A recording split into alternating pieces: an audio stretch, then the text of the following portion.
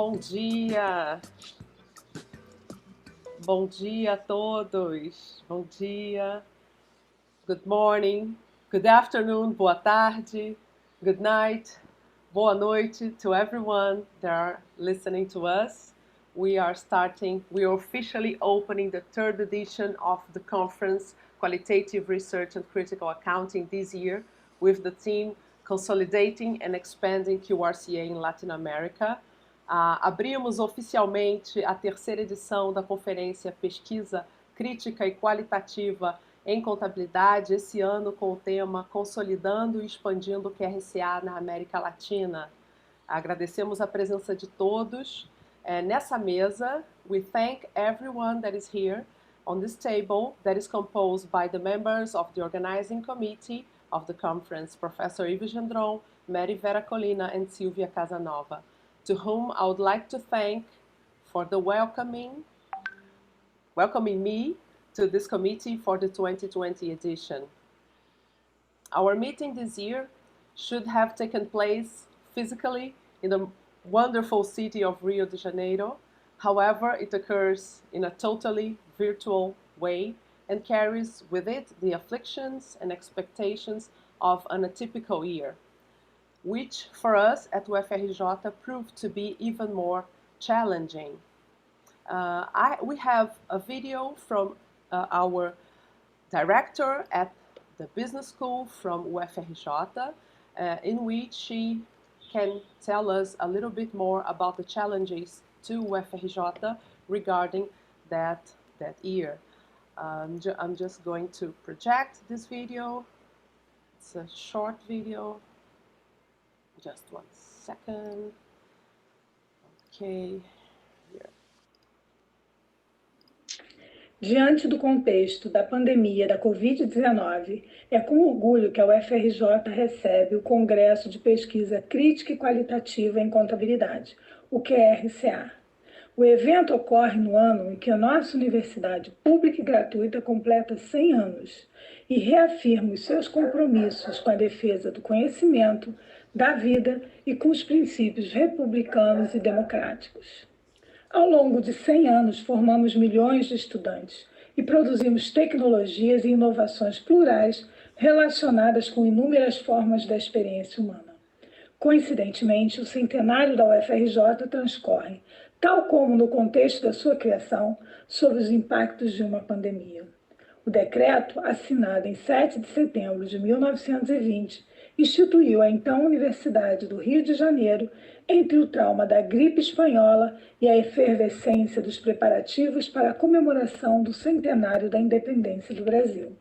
100 anos depois, felizmente, os recursos científicos e tecnológicos para combater a pandemia são maiores.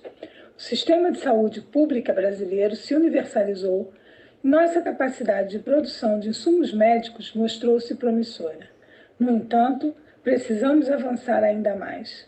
E segue sendo pertinente enfatizar o muito que ainda poderemos fazer no futuro. As virtudes que universidades e instituições científicas demonstraram durante a pandemia devem servir de exemplo para um país possível, com mais investimento em pesquisa, desenvolvimento e inovação. A UFRJ se destacou por várias iniciativas voltadas para as necessidades imediatas de prevenção e assistência durante a pandemia. Podemos nos apoiar em nosso sólido passado para reafirmar um presente engajado que nos capacita para responder aos desafios do futuro. Efemérides são ocasiões para celebrar, mas também para fazer balanços e assumir responsabilidades. Estamos imersos em um momento histórico muito grave e nosso horizonte para uma saída de crises superpostas não está claramente definido. A UFRJ reafirma sua disposição para contribuir com a reconstrução do país. Atividades integradoras de ensino, pesquisa e extensão são valiosas, contrapondo-se à insegurança e à desconfiança que podem nutrir o ódio. Precisamos fortalecer a autenticidade das aspirações humanas e do espírito crítico para que as novas gerações não confundam artifícios com fontes científicas, culturais e artísticas que possibilitam interpretar o mundo adequadamente. O papel de nossos cientistas e pesquisas de diferentes campos do conhecimento foi apenas uma amostra do que pode ser feito pelo país caso decida priorizar o conhecimento e um modelo de desenvolvimento baseado em tecnologia sustentado por estudos sociais e culturais. Para isso, precisamos de investimento e valorização por parte de governos, garantindo autonomia para definirmos nossos rumos e nossa liberdade de pensamento. Em tempos de desafios ambientais, a integração de saberes será ainda mais estratégica. A UFRJ reafirma a importância de seu caráter público e gratuito, ciente da relevância das conquistas que a tornaram mais democrática, diversa e inclusiva. Só recentemente, a marca elitista da universidade começou a ser ultrapassada. Há 100 anos, a preocupação declarada dos que criaram a universidade era preparar uma elite para a tarefa de organizar o país como nação. Hoje, sabemos que isso será impossível sem a presença plena dos excluídos daquele antigo projeto de nação. A desigualdade social continua sendo o maior problema do Brasil. A semelhança de nossa sociedade com o quadro de 100 anos atrás ainda é grande demais, mesmo após os ganhos da redemocratização. Não podemos abrir mão das conquistas da Constituição de 1988 e precisamos aprofundá-las. Isso será essencial para construirmos um Brasil não apenas menos desigual, mas orientado e conduzido pela pluralidade étnico-cultural que o caracteriza. Reafirmamos e redobramos o nosso compromisso com a democracia, tanto em seu aspecto formal quanto material, ao mesmo tempo em que mantemos a aposta na pesquisa científica de ponta, levando em conta suas relações com os desafios da atualidade e os problemas brasileiros.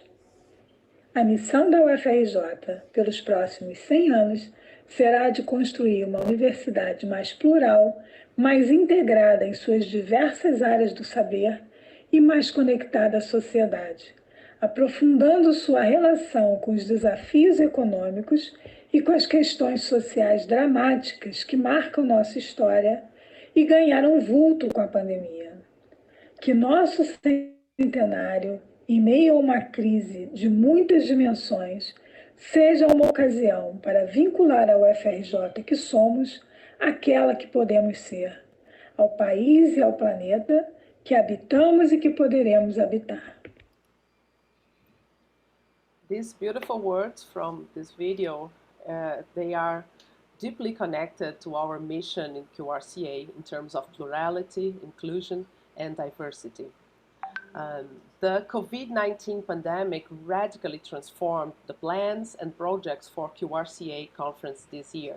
If in person, we would have been yesterday, made a trip to Corcovado, known some historical sites, drank coconut water or a caipirinha at Copacabana Beach. But, however, I'm sure that each one of us has stories of suffering and losses to tell about this difficult year. To try to compensate, we strive to create an interesting and challenging, broad sense of activities in this virtual environment. Certainly, it will be an intense week, and I hope that here we can amplify our debate and exchanges of ideas. However, we understand that it will be impossible to fully replace conversation at breaks, the get-togethers, to see friends, or to think about future projects while remembering memorable moments from previous editions. And I call some of my colleagues from the organizing committee that know better about the previous editions and the main idea of QRCA to talk a little bit to everyone here. So, Professor Yves Gendron. Ok, so bom dia. Estou muito feliz por estar aqui. First of all, I would like to thank very much Fernanda and her colleagues who are in the process of organizing this conference, this third conference. Uh, I know that much energy is needed in order to organize such a conference. So thank you very, very much, Fernanda and your colleagues. It's really appreciated. So this is the third QRCA conference. It began in 2018, tentatively in Sao Paulo, where right away, I think, participants felt that something was going on. An international arena was in the process of taking place right away, where people interested in researching Latin America could present their work, get comments, where doctoral students could present their work and receive constructive comments. Uh, so the platform that was in the process of being created quite right away was of interest to the audience. Uh, Let me talk to you about some of the cornerstones of the conference. So one cornerstone is respect toward presenters and discussants. So we want people to make constructive comments. So we can criticize, yes, but criticism should be constructive. Second feature of this conference, I will call it language versatility. So anyone can present in Portuguese, Spanish, or sometimes in English. And I say sometimes in English because my presence here and that of a number of colleagues used to publishing in English-speaking journals should not be interpreted as a conquistador move.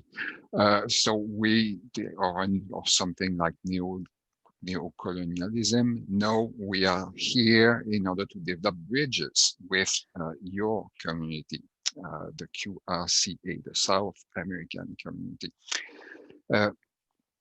So it's important to keep that in mind. So what we are trying to do here is to develop bridges across communities. Finally, it will be important to have two key questions in mind during the conference, and we will get back to that at around the end of the conference. But basically, what do you want this conference to become in the future? So this is something important. The conference is there because it answers a need of the community. So what does the community want the conference to be? And secondly, second question, is there a kind of need for some coordinating device to oversee the conference and relationships between members of the community? So it would be important to think about these two questions during the conference, and we will get back to that during the last day anyway. Okay, so let me try a little Portuguese to end. So, espero que você goste desta palestra. Thank you very much. Obrigado. Thank you, Yves. Thank you, Yves, for your words. It's important to know a little bit more about the conference mood and style, and that's really great for us. Thank you for your words. Mary, please, your turn. Okay. Buenos días, un poco de español. Bon dia. I'm going to speak just some words in English, trying to connect all the people. I wanted to just to remind all of you that we have some subtitles in the Zoom. The subtitles are working in the closed caption in the right down side of the screen, and only in Portuguese, but it's important to let you know that. Yes, I just add to the words that Yves shared some minutes ago. Is for us, is for me, and for my community, some of the people that work in some projects, joint projects it's a pleasure to be part of this team. We come from many challenges and we try to overcome obstacles, but here we are. This is the third one, the third version of the. At the beginning, we have the workshop. Now we are working in a conference because of this process of consolidation that we are experiencing in this project, in this initiative, in this endeavor. My main words this morning should be, it's 7 o'clock in 7:19 in Colombia. I would say just enjoy the conference, keep building this community, keep strengthening this community, because we are not the leaders of this, we are just facilitators. As Yves were saying, we expect at the end of the conference that we have more people joining to the organizing team, people that say, I want to organize this conference in my university some years, or in 2 years, 3 years. That's the idea, that we can work together in this project. For example, in my case, I joined the project last year. The project began in 2018. I was there, but I just was one of the participants. And 1 year later, we have this experience in Colombia, in Bogota. So the invitation for everybody, the people that is attending the conference since 1918, I think they are here now, but the people that maybe for the first time is joining us, just enjoy the conference and consider that this is your project. You're part of this project, and the idea is that we move forward with new features. Maybe in the future, we don't know what kind of ideas we can bring to the 2029. Sorry, 2021. Remember, it's 7 o'clock. 2021 conference. So it's all of these ideas are welcome, and this is my main message is for you, the people that we have here and the people that will be joining in the rest of the day and the rest of the week. Is just to enjoy it, to think about what kind of new features we need to improve this community building project. So welcome, bienvenidos, bambinos, yeah, bambinos. And we miss Rio. 1 year ago, we were talking in Bogota, oh, next year we'll be in Fernanda's house, taking some coconut water. No caipirinha for me, please. But but we expect to do that in the near future. So thank you, Fernanda, and the university team, because this is a huge challenge that you are confronting, and I think the results that we are experiencing since today is really awesome. So congratulations, Fernanda, and the team, and thanks again to you all to have me in this wonderful project. Thank you, Mary. Thank you. It's fantastic to work with you, to work with this team. And Bogota was a success, and I hope that your call for new cities, new engagements would be followed by our colleagues from other countries too. Thank you. Professor Sylvia, it's your turn. Bom dia, buenos dias, bonjour. Je suis très contente d'être ici avec vous.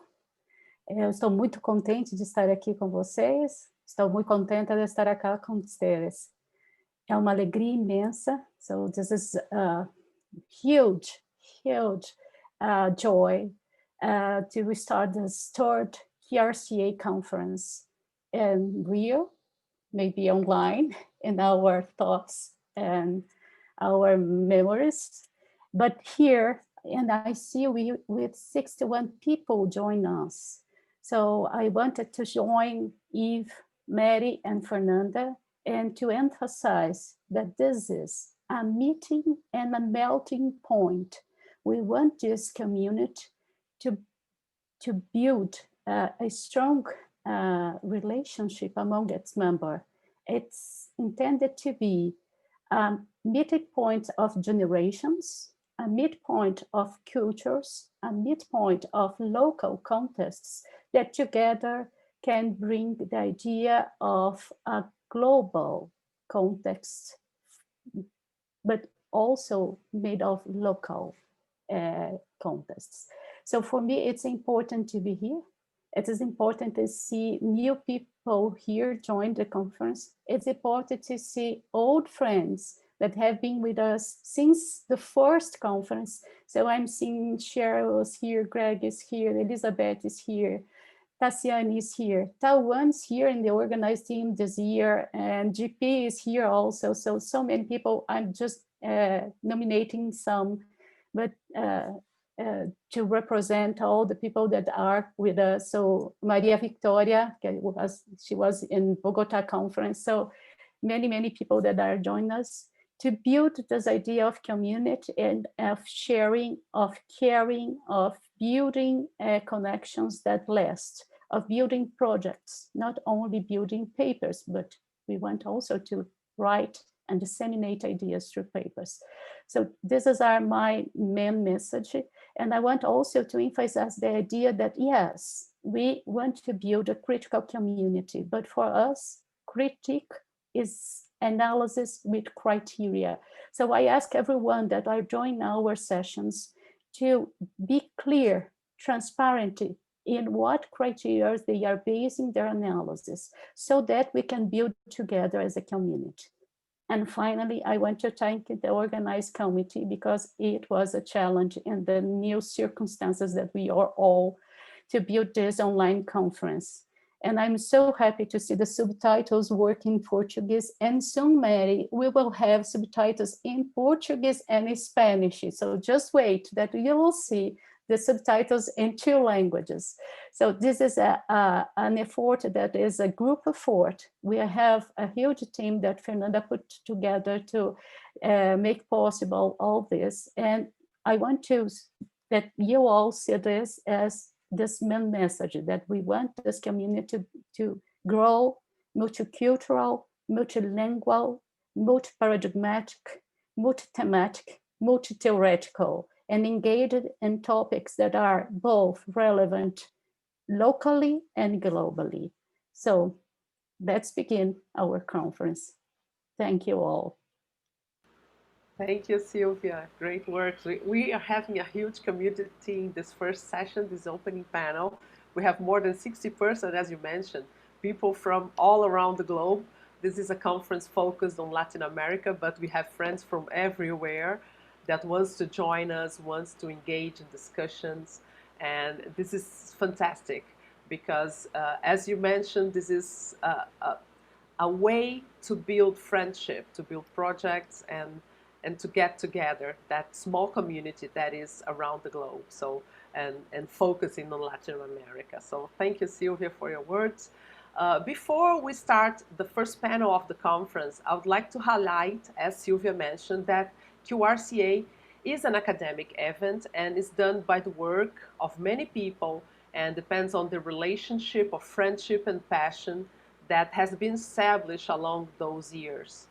And I reiterate my thanks to all reviewers, keynotes, session coordinators, discussants, the volunteers. There are many volunteers behind the scenes here, technical, language, everything. And I especially thank Tawan as Executive Secretary of this edition. He's doing everything from managing registration until technological issues.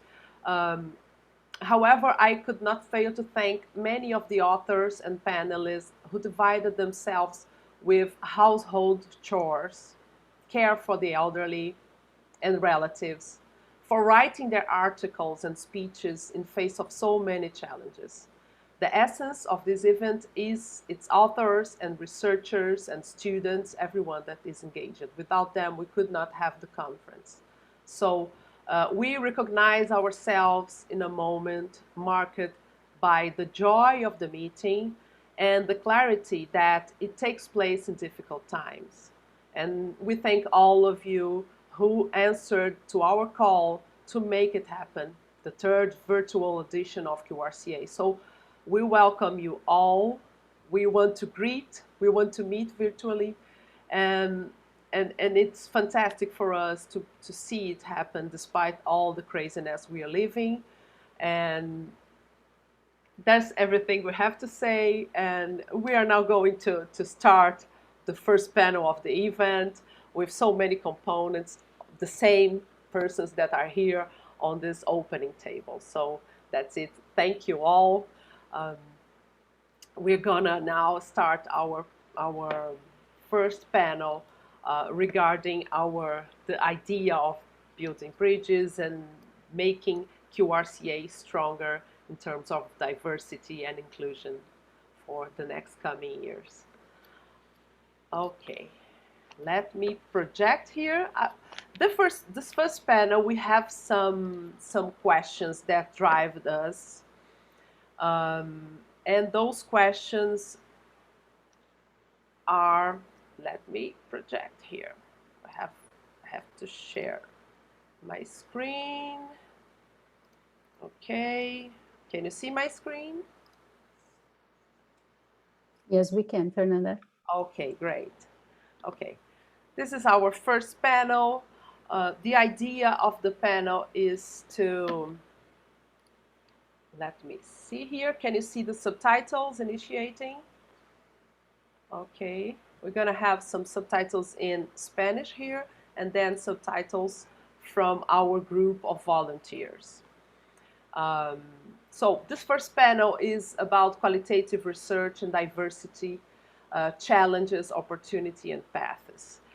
We're going to start by having our professors that were related to the conference since the beginning to discuss these ideas, the ideas of having this opportunity to discuss the process of building and consolidating this community in terms of more diversity and engagement with different colleagues. So I would like to start the panel by inviting Professor Silvia Nova to start our talk, or is it going to be Professor Eves? I don't know. Who's the first one? Professor Eves. Professor Eves, please. It's your turn. We have three main questions here. And what are the challenges and opportunities of qualitative research and diversity in research? What are the challenges and opportunities for qualitative research and research diversity in local contexts in the pandemic and post-pandemic period? What are the possible avenues for consolidating academic communities that address research diversity?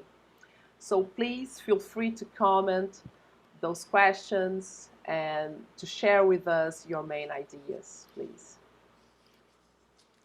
Okay, so thank you, Fernanda. So I have a question before I start.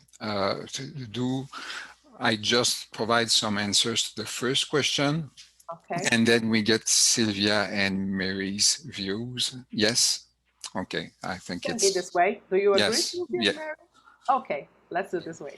Okay, and is there a time limit, not to provide answer to the first question? For instance, what do you want, 5 minutes or? 5 minutes is fine, yes. Okay, so I will try to keep it to 5 minutes. Good. Okay.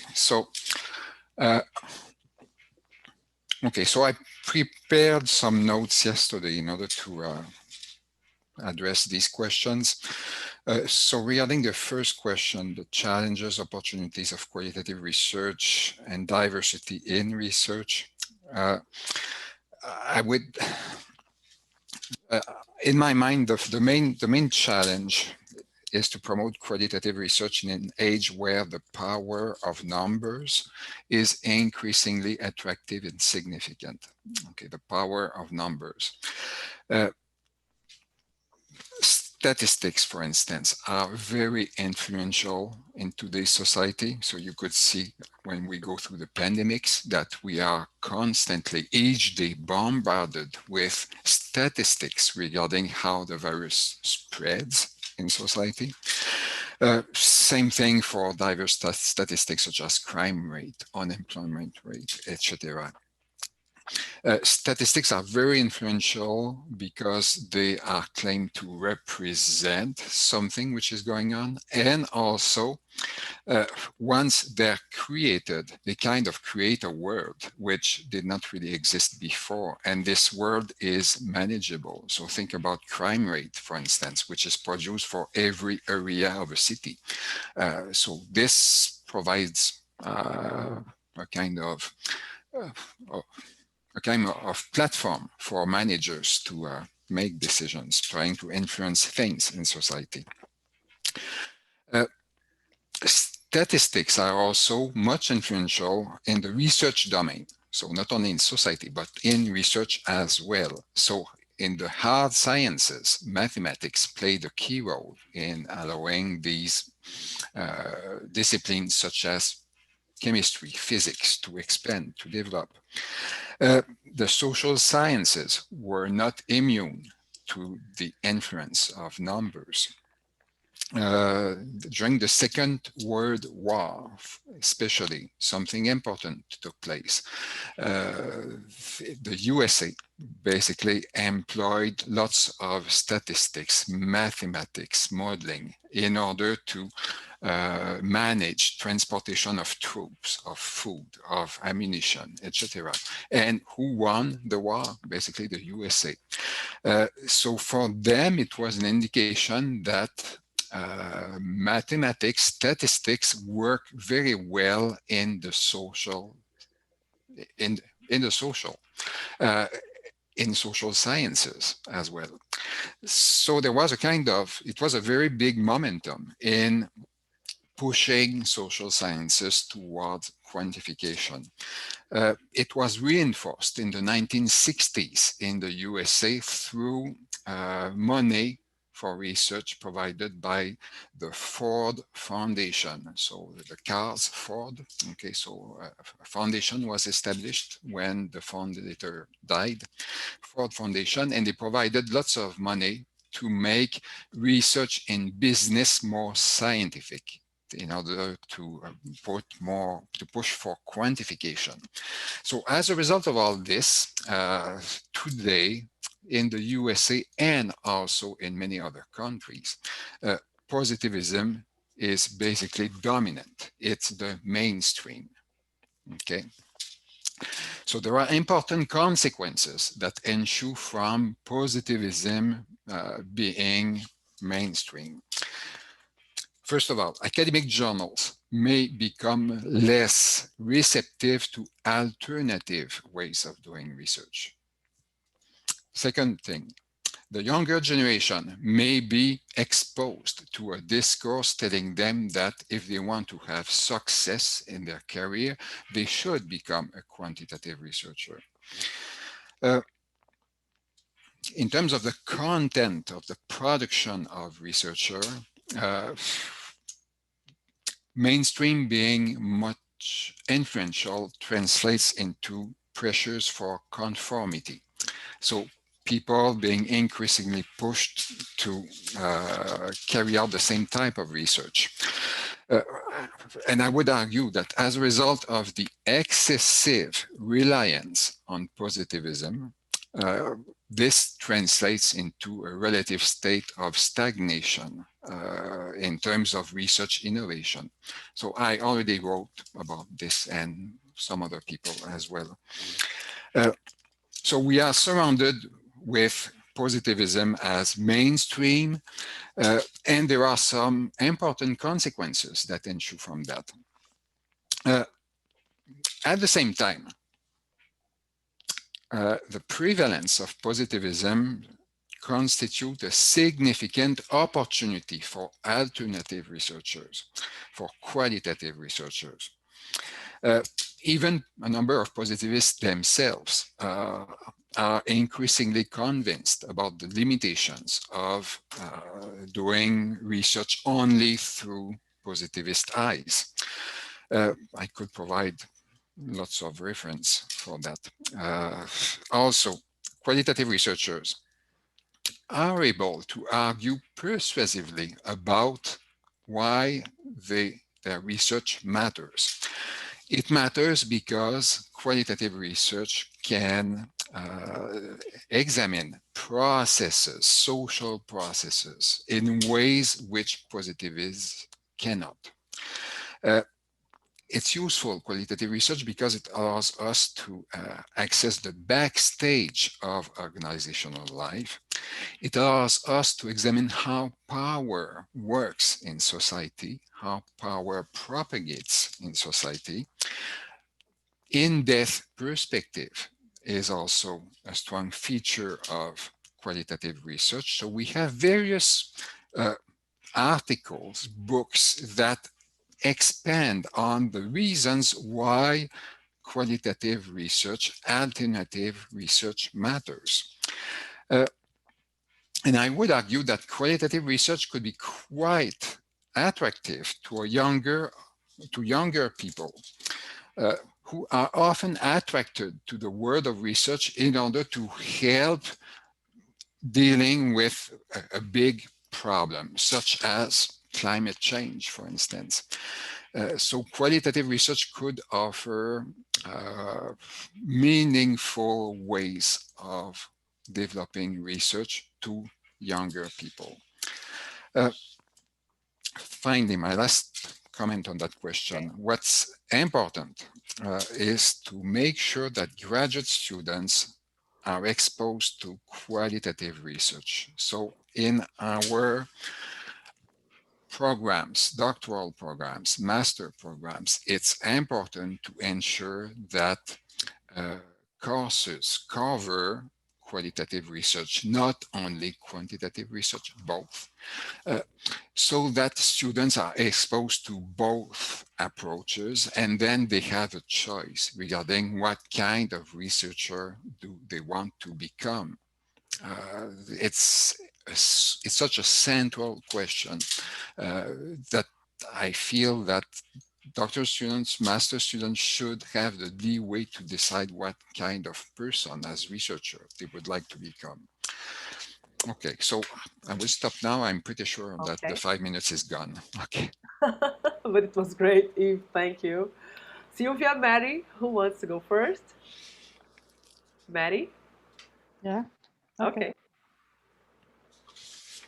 Well, to the first question, I have some comments just to summarize and be on time on the 5 minutes. But before my comments, I would like to ask to the audience maybe to change their letters in the Zoom users, maybe for a picture during the conference just to see you, because we can be in Rio, but we can also see your faces. It would be nice to just to acknowledge who is there. So en Spanish, quisiera invitar a a la audiencia que ahora o más adelante en la semana puedan cambiar sus perfiles con una foto, solo vemos letras. Entonces también como para tener esa cercanía. Bien, bueno, okay, so in my comment, this is about challenges and opportunities about qualitative research. Some of my comments will become questions, yeah, because I ask challenges for qualitative research or challenges and opportunities for research, as if was saying, commenting, okay, we know what we have, that we have we have the positivism on the mainstream research is there. Internationally speaking, we have these mainstream projects and papers. But in the other hand, in our region, in Latin America, sometimes we need to take into consideration that we need researchers. We need researchers. So I like this last comment from Ips when he says, okay, we need to expose uh, our graduate students should be studying quality approach, quantity approach, and to make the decision. I agree with this because sometimes we try to push some initiatives that we are working on to push maybe the researchers to quality research, and maybe they don't have this kind of ideas right now, maybe in the future. But I think this idea is important. I will take that from his comments. But one of my questions is that we're going to promote research, in my opinion, especially considering our context, and of course, uh, uh, having in our uh, projects and initiatives and teaching this kind of discussion. What is positivism? What kind of research we're going to do? What kind of research we can? What kind of topics we can expand from qualitative research, from critical research, from interpretive research. So I think this discussion is very important, and my intention is to highlight the need that we have to train researchers. So just focusing in qualitative research, I will go back to the same old question, because I think maybe young scholars, people that is starting this research career, are going to they're going to face this question: is this accounting? No, so for Professor Cheryl is in the audience. If this accounting is everything is accounting, but for young scholars, usually is this question that we have to analyze. We're going how can we define accounting in qualitative research? And I agree with Cheryl's. It's everything. We're going to deal with information, with situations that we need to analyze, to report. So this single question is there. So one of the challenges maybe is insist in this kind of analysis that we need to to discuss among us and with our students, with our colleagues. I think this question is not over. Um, I will also add some comments about challenges and opportunities regarding to gender diversity, regarding to intersectionality, because this diversity in research teams, in my opinion, and it's not only mine, it's very important. We can see this and on research teams, what kind of balance we have there. We can, especially we can see that in conferences, in panels, where you can have there women's and people from other genders identities, but the scheme, the profile is the same traditional conference, the same. And when we try to propose non-traditional initiatives, we can be attacked for that. So one of my challenges and think a huge opportunity to improve our research processes and outcomes is to think about gender diversity and intersectionality. We can talk about this during this week. But thinking about it's not only numbers, it's beyond the numbers, it's beyond how many women are there, how is the LGBT community integrating to this project. It's not about numbers, it's about the process, it's about the way that we do research and to publish and disseminate our outcomes, our results. I think it's important to have this discussion. I will also highlight the role of newcomers, because being a quantity researchers or quality researchers, we have traditions. We have traditions. People who knows me know that I am not label myself as a quality researcher or as a critical researcher. If I have to use a label, it's a label of researcher, academic. Ah, I am a woman. I am a female. I have many labels, but I don't like to label myself as quality, critical, or interpretive or quantity researchers. I just a researcher.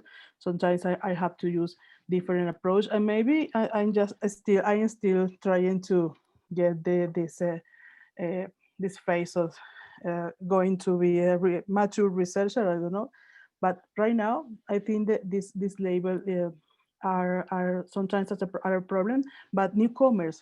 But is a problem with this because sometimes these young people or maybe practitioners that want to become researchers, academics, they have these different ideas, and sometimes we're rejecting this idea because they are not traditional, and this even occur or sometimes occurs in quality environments. So it's important to think about this, what kind of traditions we are supporting in quality research, in qualitative research, and how to accept new ideas. Yeah.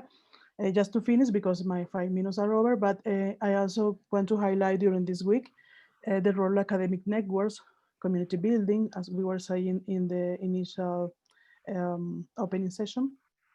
And we have language barriers. We know that we are experiencing this right now, how to work with this as at the same time as a challenge, yeah, but also as an opportunity, how we can help to overcome this language barrier. And finally, we need to check about institutional barriers, institutional constraints, because there we also have some traditions that could be obstaculizing new ideas, new approaches to research.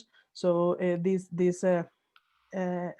rules regarding to rankings, metrics, funding, promotion scheme for academics, soundtracks that we receive when we try to go in a different way. So how to analyze these kind of institutional barriers and how to overcome them. So finish because of the time, but I think we can continue this discussion during the week. Thank you. Okay, excellent, excellent, Mary. Thank you. I think that your speech here and Eve's also are pointing to several aspects that the panels and the sessions are going to cover in some way. Thank you. Professor Sylvia, it's your turn. So I think I have more questions than answers. So I will start by posing that research diversity is something that is easy to understand as important and relevant, but it is difficult to build and even to elaborate on its meaning. So I think our main challenge, I would say, is to elaborate what is the meaning of research diversity and how to attain it once we agree on what it is.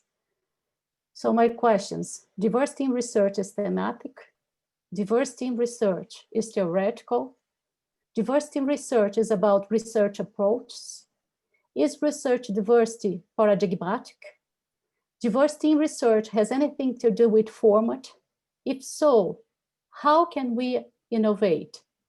Diversity in research is contextual, or is it cultural, or is it idiomatic?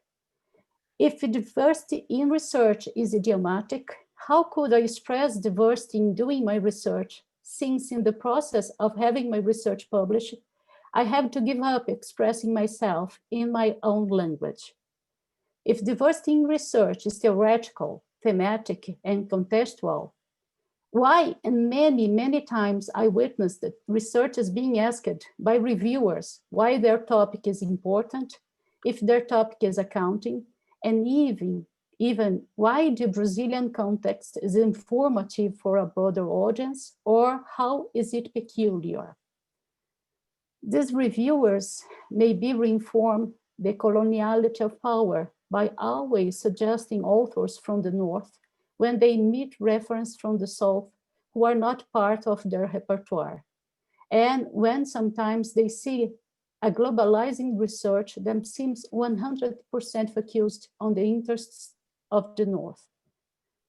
For last, we will not know the answers to these questions if we do not agree that first we have to allow research about local contexts to grow, to find its space, to participate in the international debates, so that we all learn with it while doing it, while engaging in it. So I think our first challenge is to elaborate what is diversity in research and how do we attain it, as answering those two questions is a community endeavor. It will take time, and time, unfortunately, is something we are lacking in an academia that is both productivist and competitive.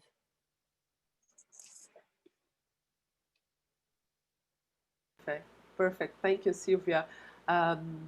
Before we go to the second question, I would like to highlight some issues that all of you have said. Coloniality and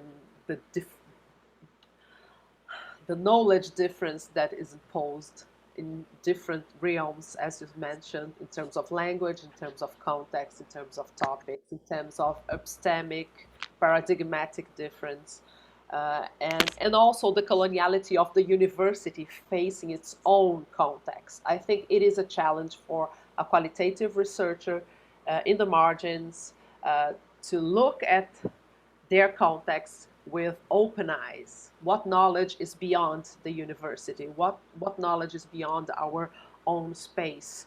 So, gender, intersectionality, traditions, labels, all of these have to be put apart, and we have to rethink. We have to open our possibilities, the constraints that we have within our institutions, within the business schools we are in, and not only the journals and how to be published, but this is all, it's a matter also. We need to communicate, we need to engage. So um, it is interesting how qualitative research can give us, as Eve said, backgrounds to organizational life, ideas to discuss power in society, and how can we open this to new themes, to new possibilities. So thank you all for this, for pointing out those aspects in terms of challenges and opportunities in qualitative research. So I'm going to pass to our second question: is challenges and opportunities regarding the post-pandemic and the pandemic context we are living. So um, what can we, how can we embrace and amplify that this challenges and opportunity facing the current scenario? So again, Professor Eves. Okay, so thank you, Fernanda. Uh, I will be brief on the challenges because be I want to convey a sense of hope and optimism instead of being depressed. But briefly, okay, it's clear that the pandemics impact us and our colleagues. The pandemics makes it difficult for a number of people to be motivated because the climate around us is so depressing in a way. It makes it difficult for a number of people to keep on productivity. I'm thinking especially about parents with young children. It's very difficult for them. And also for doctoral students or master students engaged in data collection. So I have one doctoral student who was on the verge of collecting data, and then boom, the pandemics occur. So he needs to rely instead of an ethnography. Well, basically he needs to do interviews through Zoom. It's not the same thing. So there are key challenges, yes, okay, but also, and this is what I would like to to highlight, the pandemic crisis presents key opportunities for alternative or qualitative researchers. Key opportunity to better understand the management of the pandemics and how sanitary systems might or could or should be improved in the future. Times of crisis are of interest because they reveal points of vulnerability. And the pandemics is a very good illustration about it. At the same time, it creates opportunities for researchers. For instance, there are three questions that came to mind yesterday when I was preparing for this. Why is accounting for the pandemic so complex and challenging? For instance, in terms of detecting and counting the number of new COVID cases every day. It sounds so challenging, but so why? Why is it so challenging? To what extent have neoliberal thinking and neoliberal practices played a significant role in undermining a community's capacity to deal with a pandemic? So what's been the role of neoliberalism in impacting our way of coping with a pandemic? And my third question, what's the role of large accounting firms and large consulting firms in advising governments before, during, and after the pandemic? Are these firms committed to the public interest, or are they more committed to their own commercial interest, even during and after the pandemic? So these are just three questions that came in a few minutes. There are hundreds of questions, and I would not be surprised in the next few years to see many submissions coming to accounting journals for people motivated to examine different aspects of the pandemic. And it's good. I wish that we can really, as a community, engage with this type of investigation because it's important for society. Okay, I will try to stick to my 5 minutes. To conclude, there, I would say that there are, in order to guide ourselves regarding what kind of relevant research can we do during a pandemic time, there's a very good book written by Bent Fluberg. The title is Making Social Science Matter. On page 60 of that book, Fluberg highlights 4 questions that should inform people interested in producing research that matters. Where are we going as a society, as a community? So where are we going? Is this desirable? What should be done? And finally, who gains and who loses by which mechanisms of power? These questions are, as a matter of fact, really powerful, I think, in allowing us, accounting researchers, to carry out research that matters on pandemic. So I will stop here. Thank you very much. Thank you, Yves. Yeah, I think that in this context, we have more questions than answers now. And those questions may direct us to rethink possibilities that really matters to society. Mary, please. Okay, thank you. I think if we're referring to potential topics uh, arising from the pandemic situation, post-pandemic context, I will focus uh, in the process, in the role of the researchers, and also the researchers are human beings, so they are also affected by the pandemic. So one of the questions, I also have a little questions, but most related to the researchers and the communities. And one of the questions I have, how to continue its previous project. If also mentioned this, how to collect data, how to focus on this topic that were important, were relevant before the pandemic. It's still relevant, but you have to choose what kind of projects do you want to um, put your efforts in. So it's difficult. So how to find the balance? How to find this balance with the new research questions? Some examples that is we're commenting. This new research project, what happened with your previous research? How to how the pandemic is maybe redefining your previous research questions is a process that for me, for example, it's always in my mind. How I am a researcher and my main topic is about small and medium sized companies.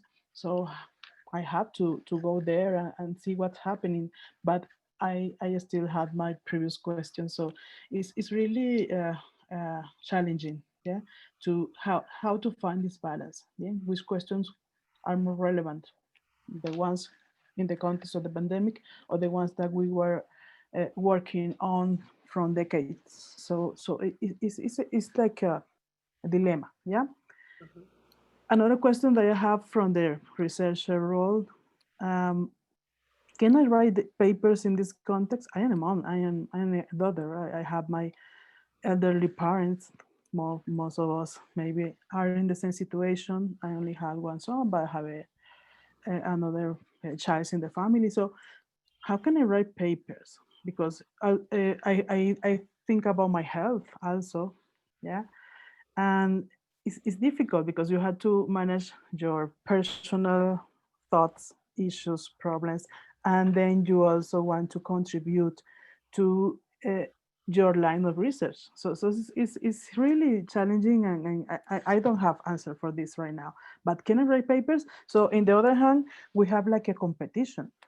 Many journals, top journals, uh, other journals, regional journals, all are asking for papers regarding to the pandemic. So you have to say, okay, I read the paper. Yes, I want to write the paper. I had the information, I had the knowledge, I had the training to write this paper, but I sit in the computer and try to write, and I can write. Yeah. So it's really challenge.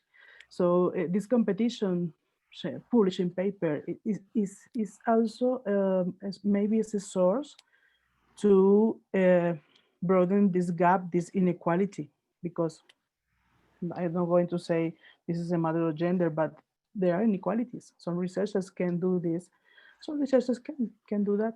Some researchers are happy because we have a pandemic and we have so many information to process and to publish, but not all of us can do that. So it's challenging. There are opportunities. I agree with that, but also we need to maybe analyze and try to help people that are confronting this, facing this kind of challenges, because they are researchers, good ones, but maybe they can write right now. So the main challenge for me in that context would be how to balance discipline, okay, your academic discipline, how to balance this with your personal life, not because this is work.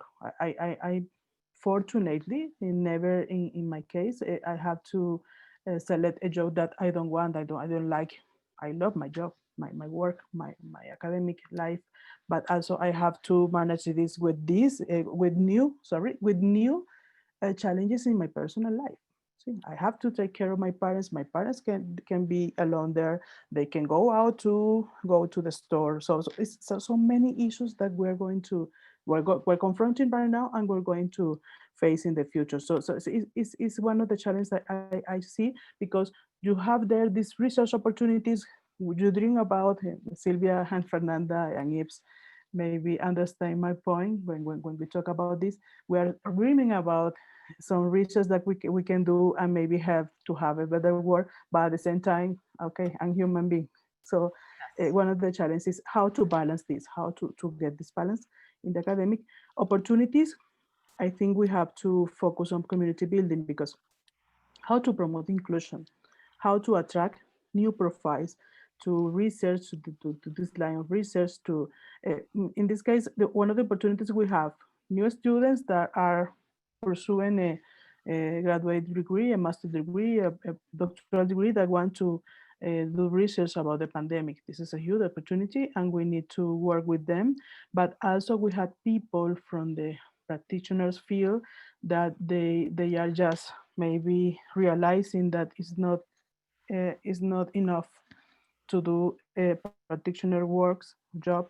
They also Okay. want to find answers, and the answers maybe the academic can help to um, in the process of finding this kind of answers. So I think it's important, but on the other hand, it's a challenge for recognized researchers that are getting more and more invitations, be part of my community, work with me, train me, please. But we're humans and we have time limits, time constraints. So it's really exciting, I have to say, but also really challenging and sometimes overwhelming. Sometimes I think most of the time for me it's overwhelming. So that's is my thoughts about this. And again, one of the challenges, or one of the main challenges we have is maybe related to the institutional constraints. These Okay. institutional constraints that don't allow you to have new initiatives, new ways of doing the job. So you have to stay there in the computer. You have to take care of the teaching hours, the research hours. So these constraints, these rules are really damaging the opportunities that we may have right now to find another answers. Sorry for the time. No, thank you, Mary. I think that your thoughts are amazing in terms of thinking of ourselves as researchers inside constraints in institutions, in universities, how we are dealing with our daily chores, and this competition is increasing. COVID came with competition. Every journal is asking for a paper, and we think we are not enough to do all of this. This is challenging for us, and I can imagine it stroked me quite hard in the beginning, and it's hard to get engaged and put things and organize things to make it happen. And we have to face the scenario that several colleagues around the globe in Latin America and Brazil are losing their jobs because virtuality, we are now having what before were 20 to 40 students in the classroom, now we have 150. So in a virtual classroom, 200 students in a virtual classroom, people are losing their jobs. So we cannot talk more about conferences and funding for conferences and funding for research. We are on a deeply different scenario now. I don't want to I want to invite Sylvia. I don't want to talk too much. I'm just coordinating the session. So please, Sylvia, your thoughts on that. I'm going to read all the questions that are being posted on Q&A in a few minutes. I'm going to mix and blend those 5-7 questions that we already have with our last one. Okay? Please, Sylvia. So for me, it's important to emphasize the relevance of qualitative research during crisis.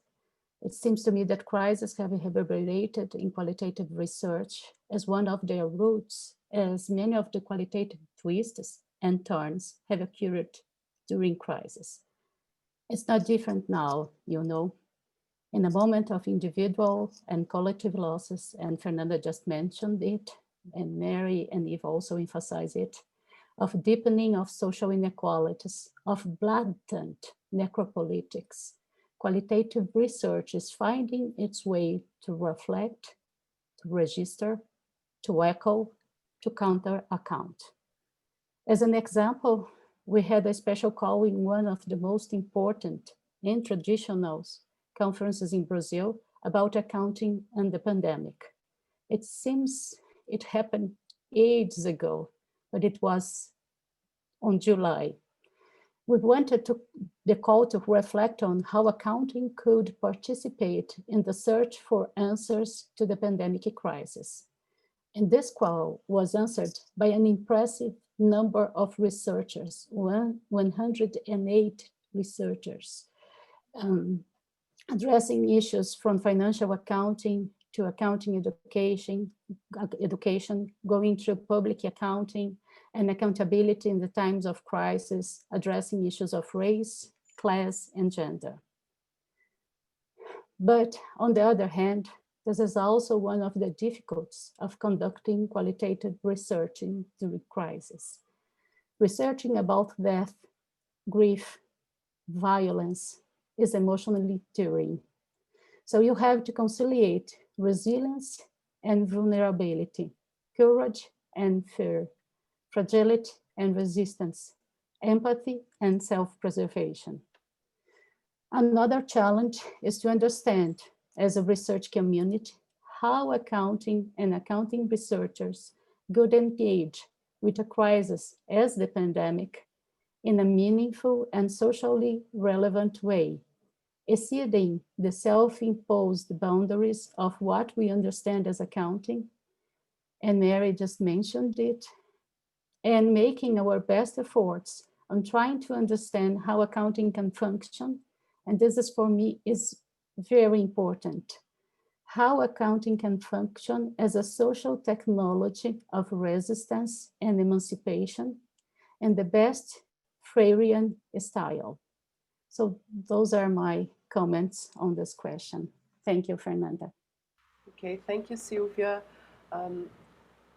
Those topics are quite problematic for us, and I agree with you in those topics. And we have some questions from our colleagues, and that I would like to blend with our last questions. Some of them are deeply connected. Our last question is, what are the possible avenues for consolidating academic communities that address research diversity? One of those questions is from Jose Paulilo. He's from Peru. And he's asking, I think the problem is what researchers understand about diversity. Is it right?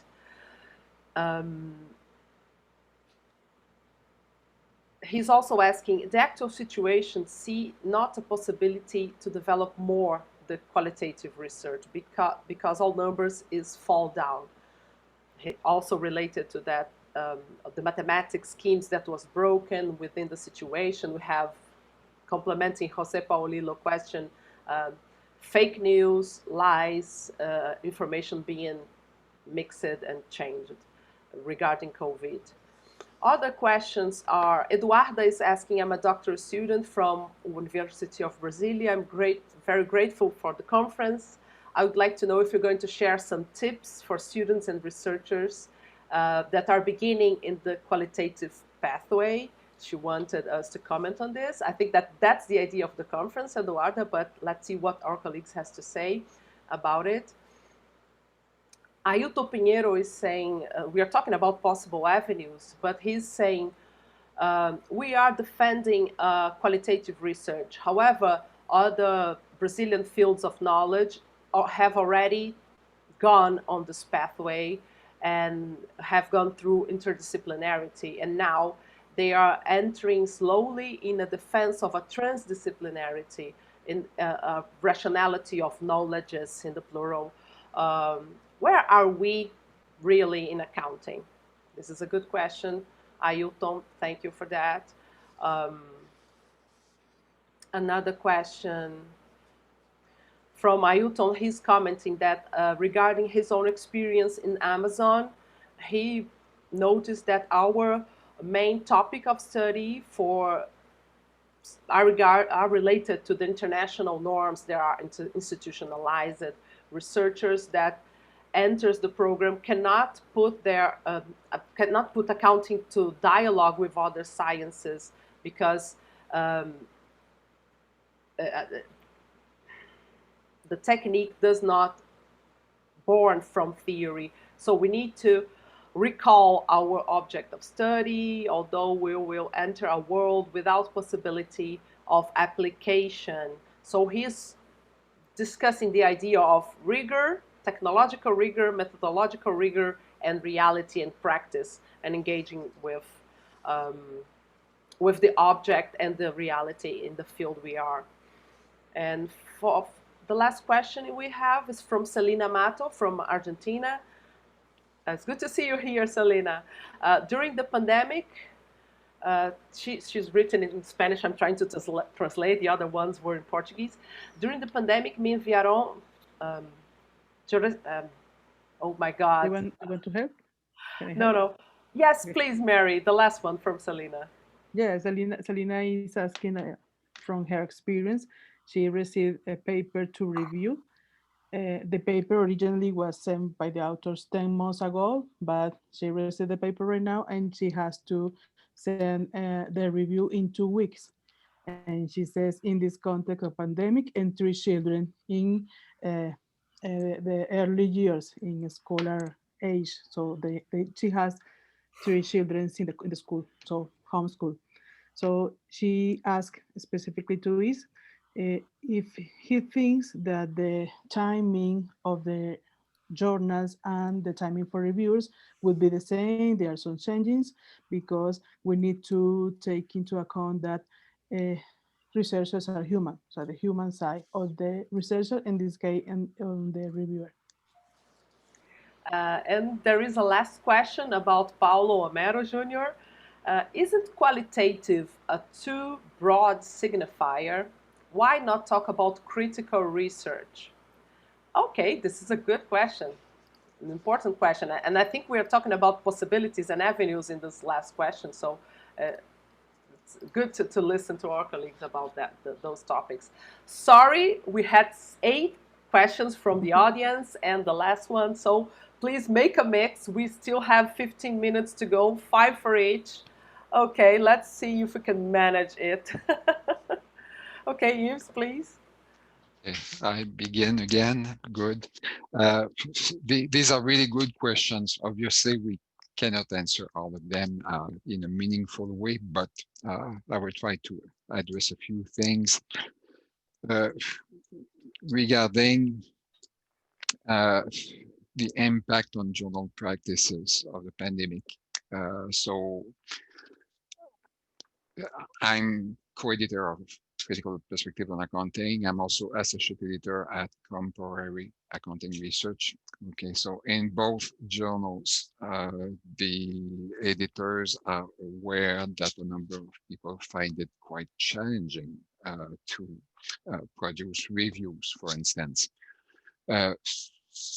So even if you're contacted to review a paper and you have the usual 45 days, if you think you need more than that, well, don't hesitate to contact the editor in order to say, look, I have 3 children, homeschooling them, so I can only work a few hours at night when they're asleep.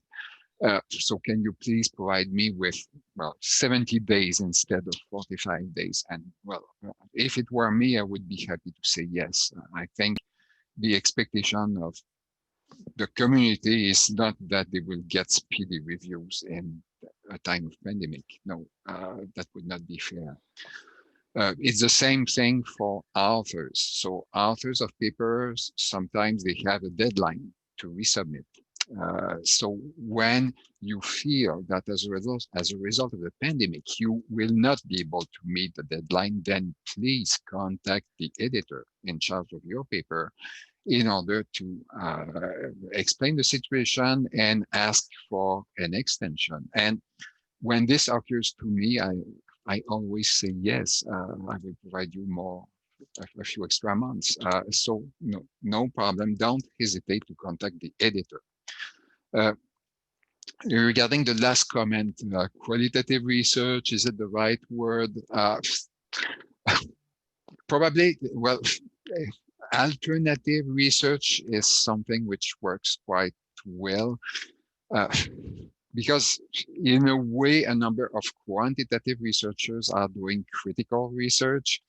But if we emphasize only critical research, then we forget people who do interpretive research, and the boundaries between critical and alternative are not so clear. So the best word I have in mind is perhaps alternative researchers, but I'm not sure. It's really a good question. Okay, so Mary, Sylvia, would you like to address a few words regarding some questions? Okay. And I'm pretty sure that not everyone will be happy with alternative research either. So we are in a, it's a good problem. Okay, Mary, please. Oh, well, the last one, I think the best way to be critical is to be critical. That's it. So, as Yves was saying, we can have alternative research. Yeah, we can have qualitative research. So I think that the major difference should be the approach that the authors are considering. Yeah, but the best way to be critical is to be critical. So sometimes I have this joke with my team. I say, I don't know if I am doing, or maybe I will do in the future, critical research, but I know it's not, it's a way to promote critical thinking, I think, instead of critical research. So in my main message will be, especially for people that are teaching, that are in research seminars, I always said, I don't care if my students think the same way that I do, because for them, I say, you have to develop your own critical thinking. I mean, it's not, I think the way is not to, for example, if Ips is my teacher, my master, I have to think the same way. No, I don't think so.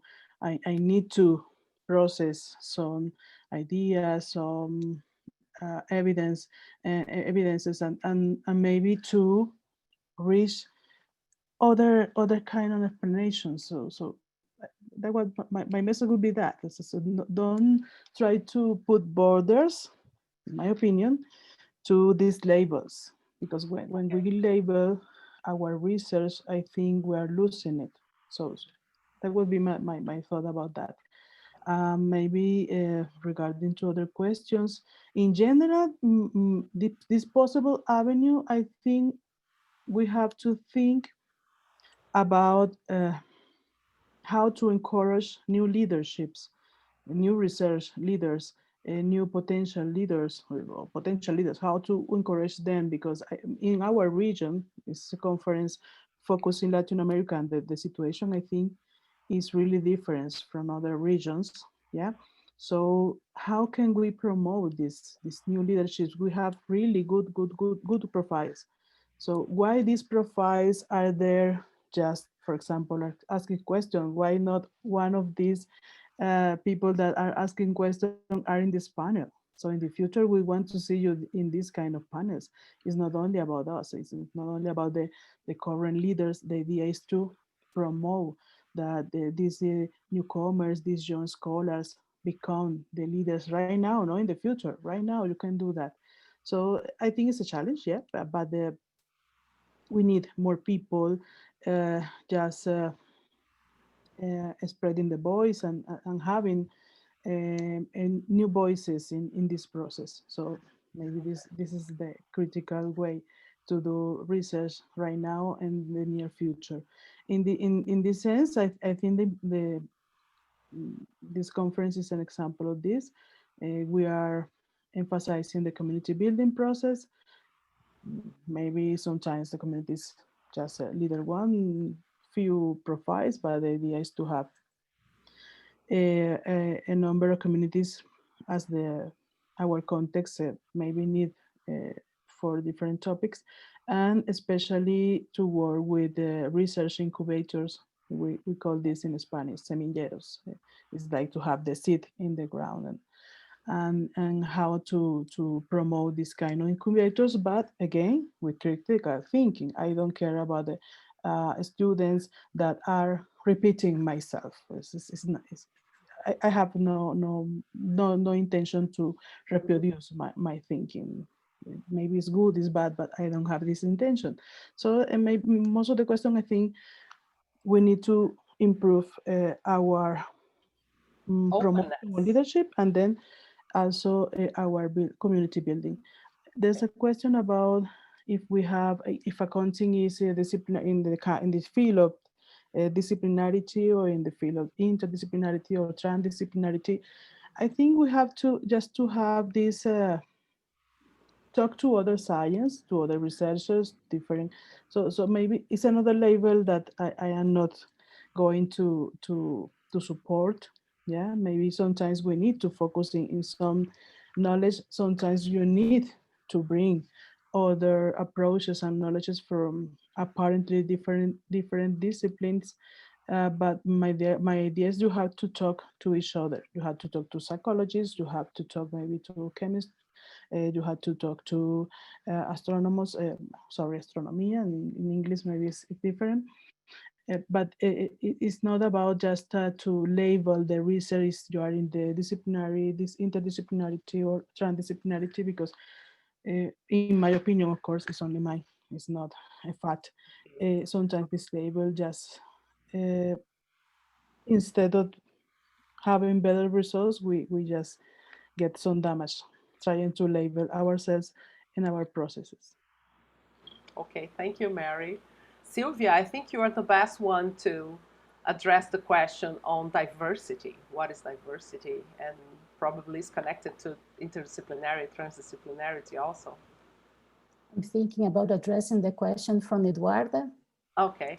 About tips for students and researchers that are beginning the qualitative pathway, because just from the University of Brasilia, and as you've mentioned, some programs, graduate programs, lack courses on qualitative research, and then the students have to find their way and being more aware of qualitative research, how it's done, what are the possibilities, what are the challenges. So this is difficult yet in Brazil because few of our graduate programs offer courses and opportunities to discuss qualitative research. So trying to be brief, first, Eduarda, you are doing a great job being here. I think many of our colleagues that are going through the same path are here as Mary, and taking this opportunity, I invite you to participate in the PhD consortia, where you can see people presenting their proposals and receiving feedback from scholars. And also, and this is something that the pandemic somehow brought to us, maybe try to follow a course. I don't know if Yves will be offering a course in Laval, and maybe you can audit his course, or Fernanda in Federal do Rio de Janeiro, and maybe you can audit Fernanda's course, because I know you have more opportunity to find ways to get to people that can help you in this beginning of the qualitative pathway. And I will echo Professor Mari's words and tell you that you can find alliances, you can find partners, you can find advices. Even in your program, you are not so close to those who are developing qualitative research themselves.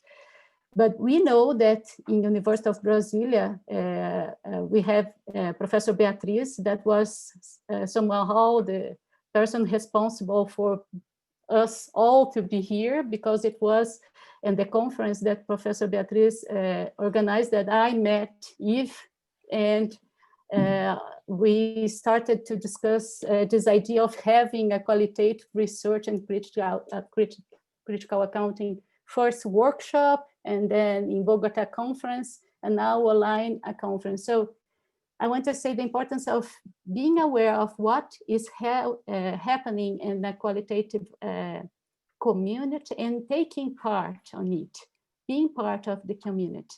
And as Yves mentioned, I do think, and sorry, I use a label, but I do understand your message, Mary, of being beyond labels. But I do think alternative research is a good label for start. And we have a community that is putting together an alternative account research network. And also I advise you to find the alternative account research network and to be part of it. So start yourself, putting yourself there, participate in the community, and sharing your questions, your doubts, your possibilities. I think this is the way to start. And I think you are starting in a good way. About interdisciplinarity, transdisciplinarity, multidisciplinarity, what I may say is what drives us is the problem that we are dealing with. I do think that somehow you will start to examine a problem, and the problem you tell will the path that you should follow. For instance, I in a research project with Fernanda, and now we are thinking about exploring visuals. So let's go for visuals. What the visuals can teach us about how people are finding the pandemic. So I think we'd be somehow, as Mary said, against labels and not restraining ourselves, going beyond our possibilities and building partnerships, because maybe we can have someone that is doing research on visuals, I don't know, in a very different area, and he or she can come with us and we can research together. So I do believe that a community is built by collaboration. And unfortunately, academia is all about competition. We have to change this way of doing and of being in the academia. We have to build communities. I do know that Mari is building in Interres in Colombia, Fernanda is building in Rio de Janeiro, in Federal do Rio de Janeiro. Yves is building in Quebec and in many other places, establishing bridges and gateways for collaboration. So I think it's all about this is all about what we are trying to do here. building bridges and gateways for people to collaborate independent of theoretical constraint, cultural constraint, language barriers, phase and academic career. So younger researchers participate in projects with more senior researchers. This is all about what we are doing here. So those are my thoughts. I think I was not too directing my answer, but I do not think that disciplines should be seen as boxes that we belong to. Disciplines are virtues, are ways to address problems. The problems are not accounting, mathematics, astronomy, astrology, I don't know. The problems are all. So let's engage with what we could engage to answer the problems that we are looking to answer. This is my final comments. Thank you. It's perfect. Fernanda. Thank you. See, Mary. I know that we need to finish, but there's a question of Jose Paulillo about diversity. I think just recommend to Jose and others that we are going to have different panels, and one of them is about this kind of topics. Just to don't leave that question there. Yes. Okay. Yes, I'm pretty sure that for me, diversity, when we are thinking about QRCA community and all the questions that were presented here and regarding labels, am I a qualitative? Am I a critical? Am I an alternative researcher? What am I? What are we? I think that when we are thinking about diversity, we are everything. We are everything that we wanted to be in terms of presenting a different response to the reality or the several realities that we are facing. We are open to several possibilities of research in terms of not only methods, but in terms of ontology and epistemology, and in terms of topics, in terms of context. So diversity will and again embracing topics that are not treated in mainstream literature. So I think that, or even different approaches to traditional topics, why not? Critical approaches with quantitative methods, why not? This is diversity in every way. So QRCA is open to everyone that wants to do a different research.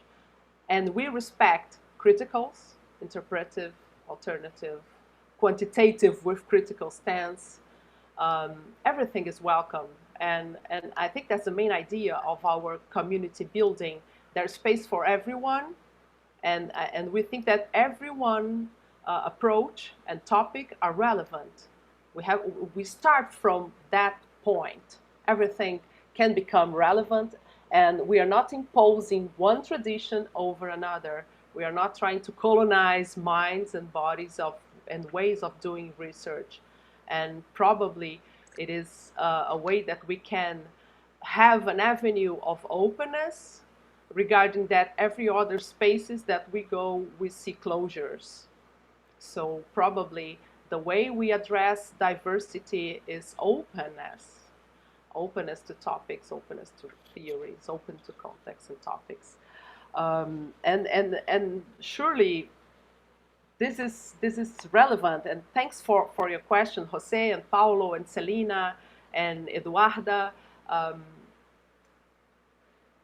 What I am trying to do in my university to have that openness is to start. We have a qualitative course that is mandatory to all PhD students. Even if he is a mainstream scholar, he needs to know what is at the other side of a paradigmatic debate. What is at the other side in terms of methodology? He must be able to read and see value in every other perspective that may arise. And one way that I do,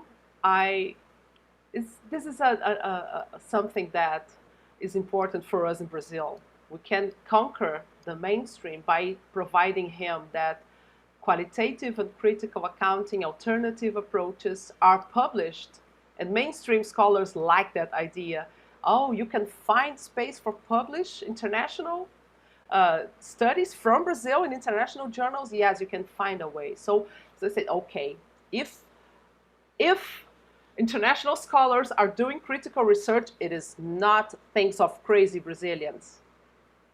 And they buy that idea. Okay, so we can allow international value and make it being recognized, and they open space for Brazilian scholars into the mainstream spaces.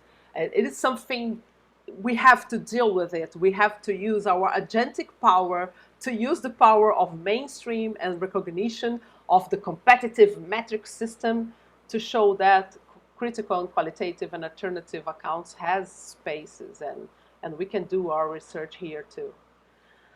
This is the way I'm dealing. I know that I'll be criticized for that, but I think it's an avenue that I'm trying to open. So I think we had a fantastic panel. Any final thoughts? Any final comments? Last questions? That we need to go to the next session. Yes, sure. We need to go to the next session. I would like to thank Yves Gendron, Silvia Casanova, Mary Vera Colina for being here this morning, very early for some of you, for being here with us, discussing that questions and opening the conference. We are going to have 4 days of engaging activities. We have at least 5 sessions per day, full paper sessions, working paper sessions, keynotes, panels, fantastic colleagues all around the globe trying to engage and discuss and being connected and building bridges. So thank you, my friends, for helping me to build this conference, for being here and opening this conference with me. We're going to have in a few minutes a new session, and comments are coming from the Q&A and the webinar chat. Thank you all that are here, following all the 70 participants that are here following this session and this panel. We see you in a few minutes in another link through Eventbrite platform. Thank you. Thank you, Fernanda. Thank you. Welcome to the conference. Bienvenidos. Just last comment, because some of the people in the audience are suggesting that in the Q&A, we try to answer in the language, for example, in Portuguese or Spanish. So just to let's analyze this possibility for next sessions. So okay. Yeah. Thank you, Mary. Bye-bye. Bye-bye. See you in a few minutes. Next link. It's a session on critical historical accounting. Let's go for it. Bye-bye.